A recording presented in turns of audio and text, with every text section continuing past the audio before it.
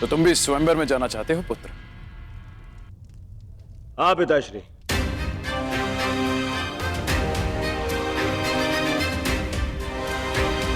नहीं कुमार, ये नियम के विरुद्ध है।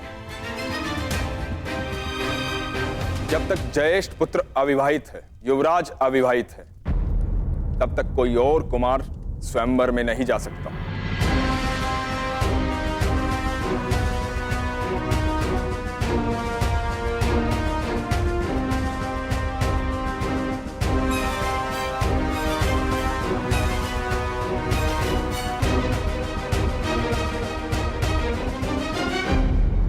युवराज अविवाहित है, तब तक कोई और कुमार स्वयंवर में नहीं जा सकता। विदुर महोदय, ये कौन सा नियम है कि एक पुत्र अपने पिता से मन की बात भी ना कह सके? और रही बात राजनियम की, तो सम्राट राजनियम बनाते हैं, वो स्वयं उसके अधीन नहीं होते। उनकी कही हर बात अघोषित नियम है। और अकारण विवाद क्यों करना है दुर्योधन? ना बात यदि युवराज की है तो उन्हीं से पूछ लेते हैं। क्यों युवराज युधिष्ठिर? जहां तक मैं समझता हूं, आप अपने अनुज का यह निवेदन अस्वीकार नहीं करेंगे।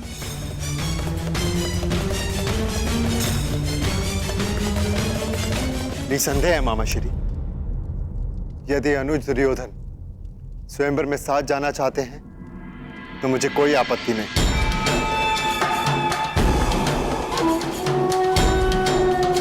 उन्हें अपने साथ ले जाकर मुझे प्रसन्नता होगी।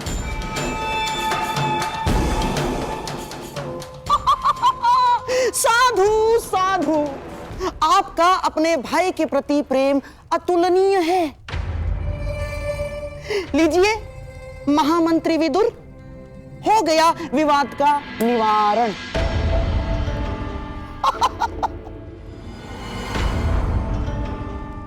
अब दोनों भाई प्रसन्नतापूर्वक स्वयंवर में जाएंगे, और यदि कुमार दुर्योधन साथ रहेंगे तो युवराज युधिष्ठिर की सुरक्षा भी हो जाएगी। और अपने भ्राताओं की सुरक्षा के लिए मैं साथ जाऊंगा ज्येष्ठ पिताश्री।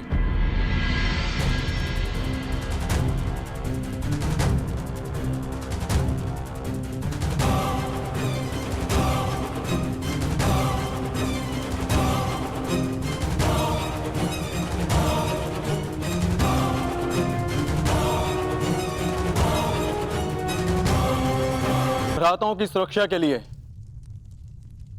मैं साथ जाऊंगा ज्येष्ठ पिताश्री।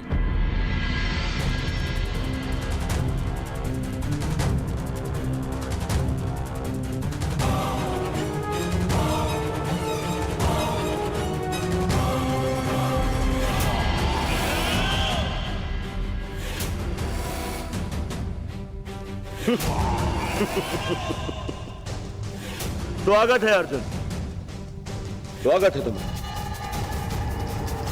मेरा एक मित्र भी तुमसे मिलने के लिए विलायत।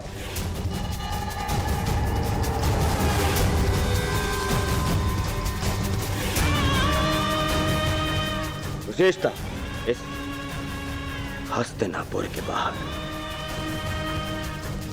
वो भी हमारे साथ चलेगा।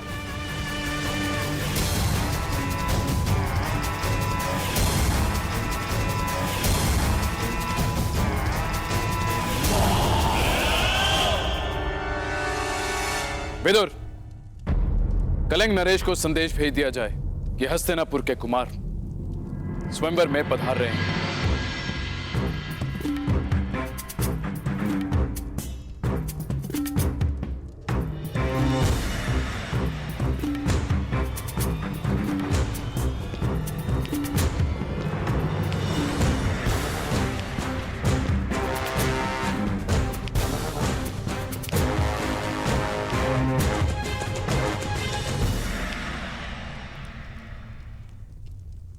मामा, आपने कहा था ना कि कर्ण युद्ध का पासा है, षड्यंत्र का नहीं। हाँ। तो अब इस पासे को अंग से बुलाने का समय आ गया है।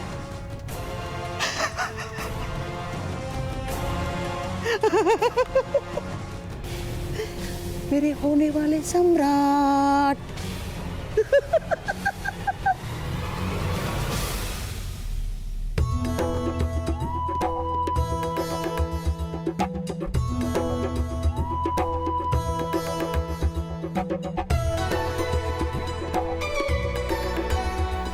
देख रहे हो कर कितने सुंदर फूल है ना। हम हमारे विवाह में ऐसे ही पुष्पों से सज्जा करवाएं।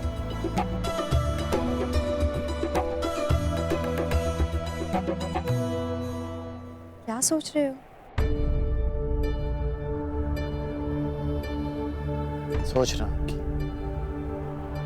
माता और पिताश्री शीघ्र ही आते होंगे। मेरे पिताश्री आएंगे या नहीं ज्ञात नहीं।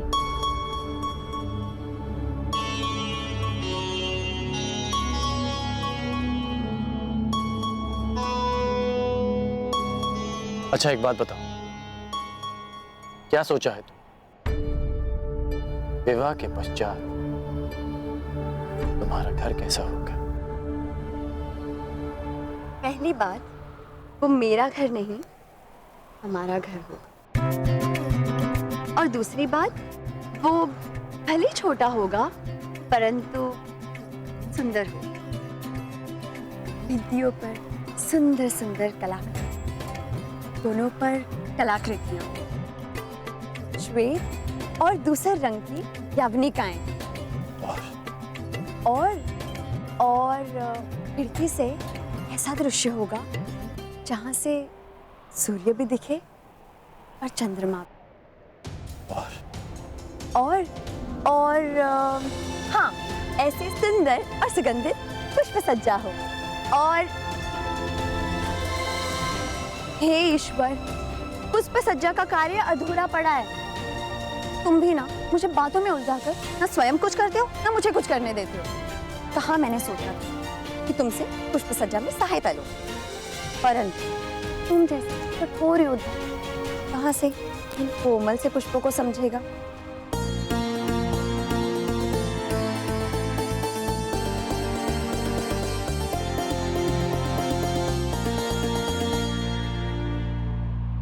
तुम्हारे साथ रह रहकर समझ गया।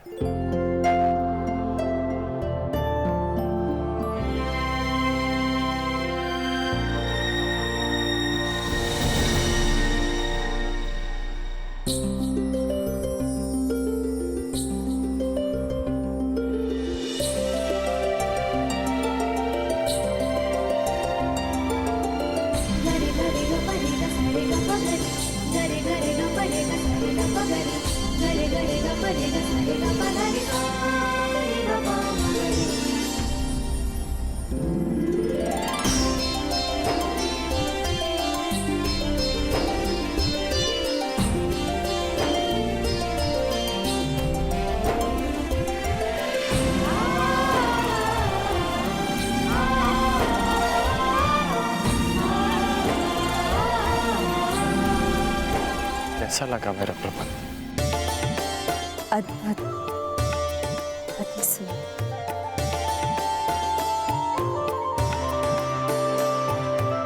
हमारा प्रेम इन फूलों की तरह रहेगा, अद्भुत और अति सुंदर, जो सारे संसार को सुगंधित कर देगा। परंतु इन पुष्पों का एक गुण नहीं होगा हमारे प्रेम। वो क्या? ये हमारा प्रेम कभी मुरझाएगा नहीं।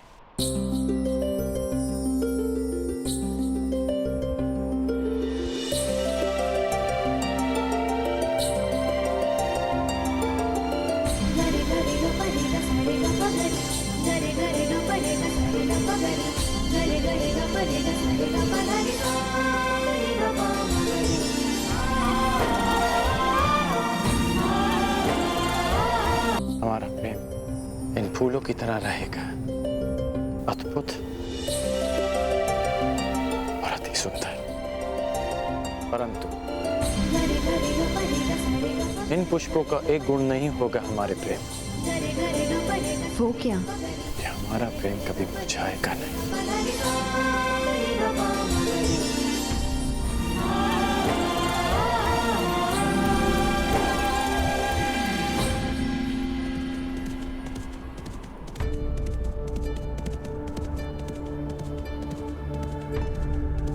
रथ आने की ध्वनि है। प्रतीत होता है काका काकी आ गए। कदाचित मेरे बाबा भी।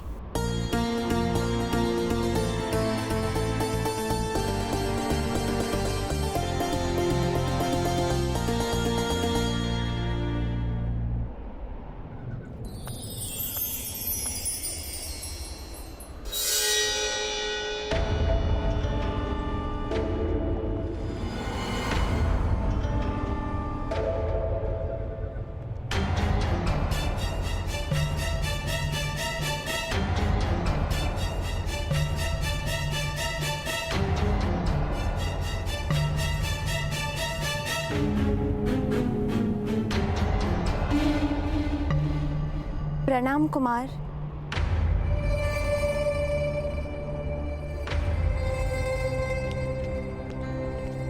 मित्र दुर्योधन, यहाँ अचानक?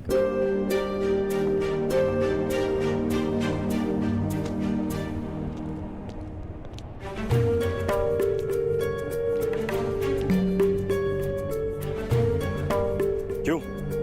मित्र के अचानक आने पर प्रतिबंध है? नहीं, आपका स्वागत है।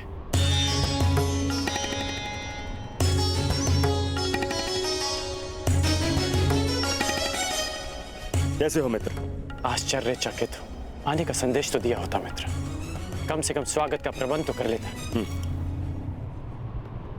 स्वागत के समय नहीं है मित्र, हमें अभी और इसी समय कलिंग की ओर प्रस्थान करना है। चलो। अचानक कलिंग?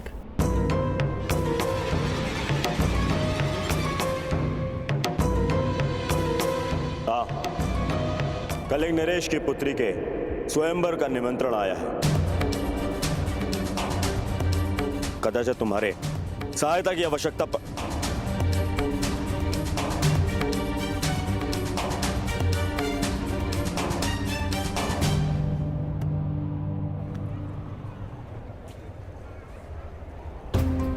अब इसे क्या हुआ है? वो वृषाली और मेरा विवाह होने वाला है। तुम्हें भी निमंत्रण भिजवाया है मित्र। विवाह? कब है विवाह? पूर्णिमा के अगले दिन। तो मुझे लगा था कि अगर तुम मेरे साथ में चलोगे तो उचित होगा, परंतु तुम्हारा विवाह भी है।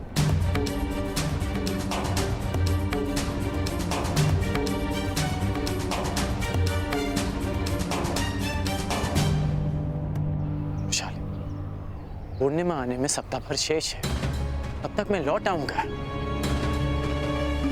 अवश्य किसी संकट का अनुमान होगा कुमार दुर्योधन, इसलिए मेरी सहायता की आवश्यकता है।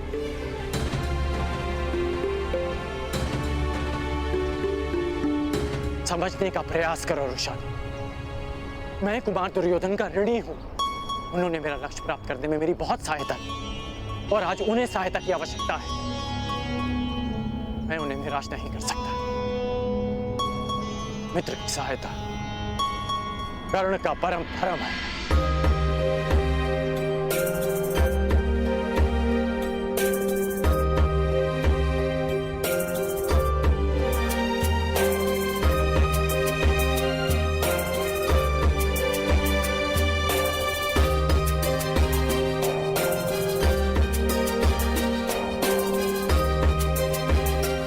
कर्म और कर्तव्य दोनों की राशि एक ही है राधे।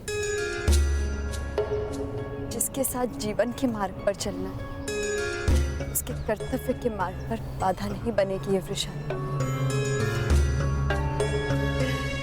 प्रतीक्षा करूंगी। पूर्णिमा से पहले लौट आना। और हाँ, स्वयंवर में सम्मिलित होने जा रही हूँ, अकेले ही लौट। कोई भी हो, सौत किसी को नहीं भाती।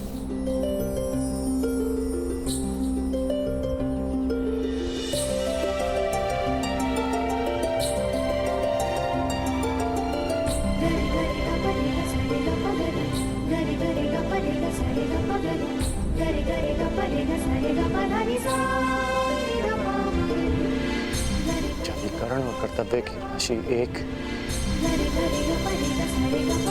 शादी और विश्वास की राशि भी एक। और मुझे करण का कर्तव्य है कि वो वृषाली का विश्वास ना दो। जब धनुष तो वृषाली उसकी प्रतिज्ञा, ये साथ कभी नहीं छूटेगा। जानती हूँ कर तुम जाओ, परंतु शीघ्र ही लौटना, क्योंकि ये प्रेम बड़ा विचित्र है। चंद्रमा घटता भी है, बढ़ता भी है, परंतु प्रेम में प्रतीक्षा और शंका केवल बढ़ती है। पूर्णिमा तक लौट आना कर, इस प्रतीक्षा को अमावस्या की अंतिम प्रार्थना बना दे। इस राधेकरण का विवाह पूर्णिमा के अगले दिवस ही होगा, ये मेरा वचन है।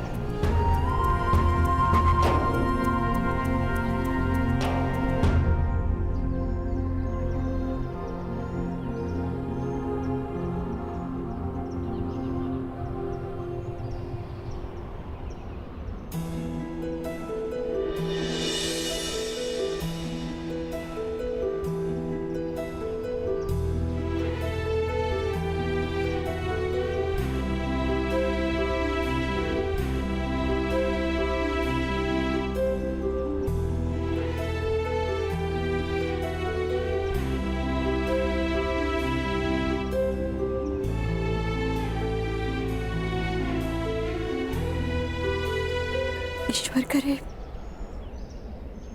मेरा स्वप्न सत्य सिद्ध ना हो।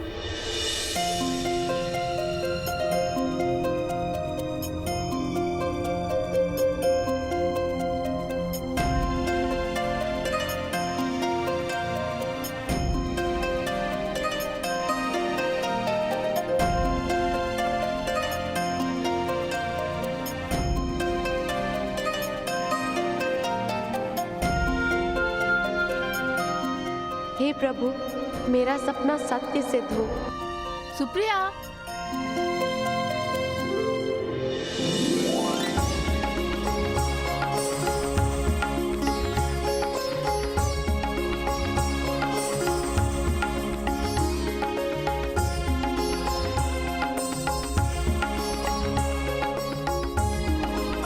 सुप्रिया शीघ्रता से चलो, राजकुमारी भानुमति आपकी प्रतीक्षा कर रही है। आ रहे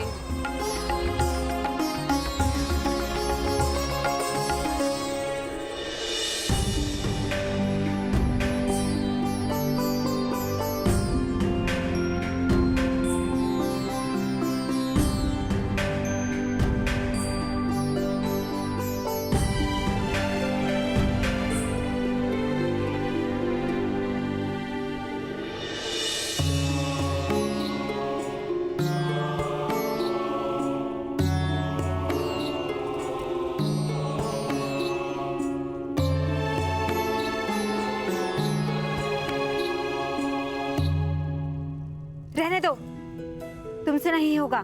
सुप्रिया के अतिरिक्त कोई भी हमारी रूप सज्जा ठीक से नहीं कर सकता। कहाँ है सुप्रिया? यही हूँ सखी।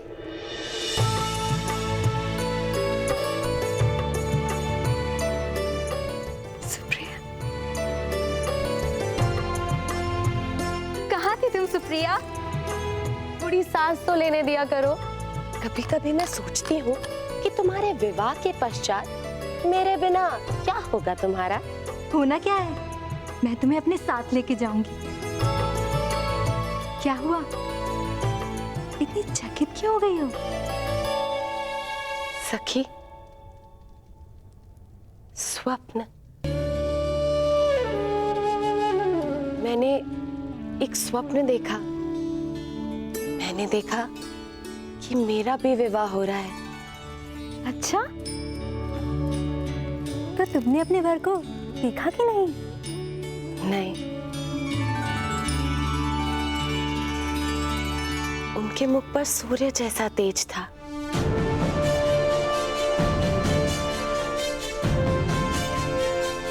मैं स्वप्न में भी उनके समक्ष अपनी आंखें खोल ही नहीं पाई।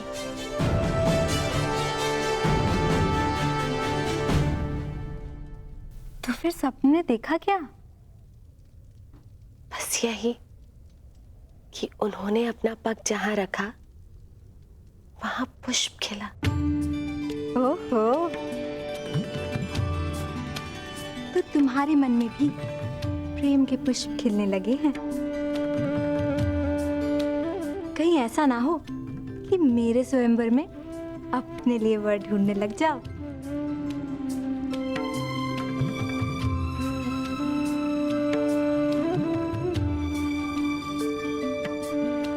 और भानुमति नाम का ये पुष्प कहीं बिना खिले ना रह जाए। अरे, हंस क्या रही हो? सोचो, स्वयंवर में अगर तुम्हारा सपना साकार हो गया तो? कहीं तुम्हें वर भा गया तो? तो क्या, मैं तुमसे तुम्हारी वरमाला छीनकर उस सूर्य के गले में डाल दूंगी।